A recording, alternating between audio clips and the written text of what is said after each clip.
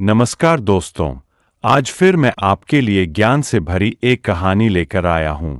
ये कहानी है गौतम बुद्ध और एक दुखी भिखारी के बीच की बुद्ध की कहानी, जिससे जीवन का बहुत अच्छा ज्ञान मिलता है। एक बार महात्मा बुद्ध एक गांव में अपने शिष्यों सहित घने पेड़ की छांव के नीचे बैठे थे।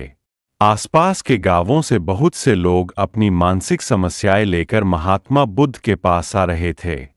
महात्मा बुद्ध उन सब की मानसिक परेशानियों का समाधान देते।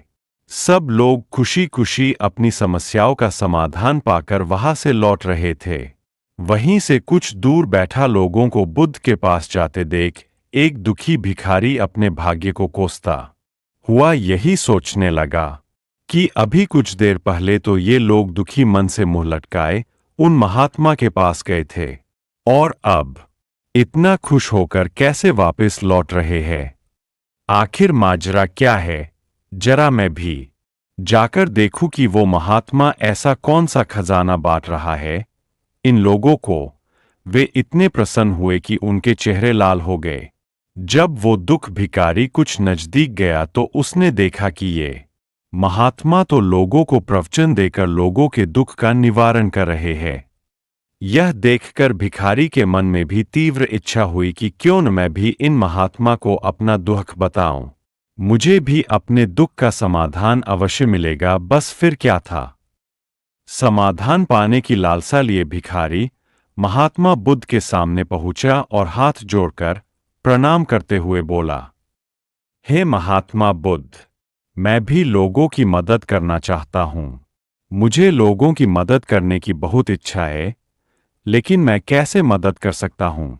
मैं बहुत गरीब हूं। मेरे पास न तो पैसे हैं और न ही कोई ऐसी चीज जिससे मैं किसी की मदद कर सकूं। मैं कोशिश करने पर भी किसी की मदद नहीं कर सकता। मुझे भगवान ने इतना गरीब क्यों बनाया? हे महात्मा, मुझ पर। भिखारी रोने लगा।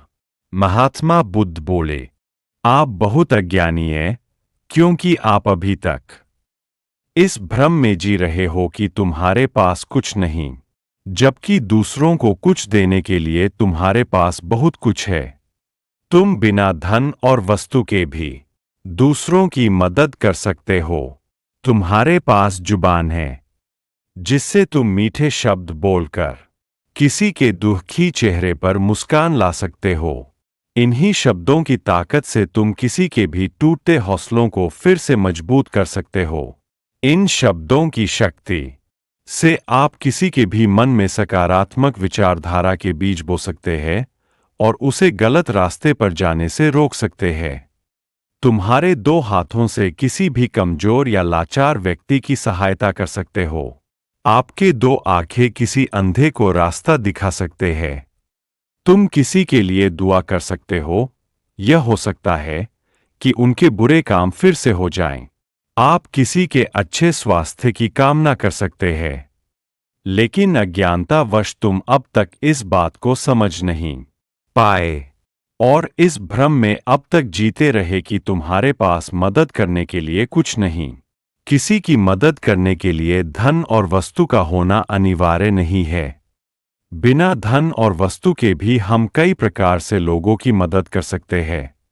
महात्मा बुद्ध के ज्ञान से भरे ये सुंदर शब्द सुनकर भिखारी के चेहरे पर मुस्कान आ गई और वह खुशी से झूमता हुआ वहां से चला गया। इस बुद्ध मोरल स्टोरी से हमने क्या सीखा? दोस्तों, महात्मा बुद्ध की इन बातों से बहुत कुछ सीखा गया। आजकल बहुत से लोग यह सोचकर दुखी होते हैं कि मेरे पास ये नहीं है, बल्कि जो आपके पास है उसी में संतुष्ट रहना सीखें और बिना मतलब के लोगों की मदद करें। इन्हीं से आपको परम सुख की प्राप्ति होगी। तो दोस्तों, यह बुद्ध मोरल स्टोरी आपको कैसी लगी जरूर बताना।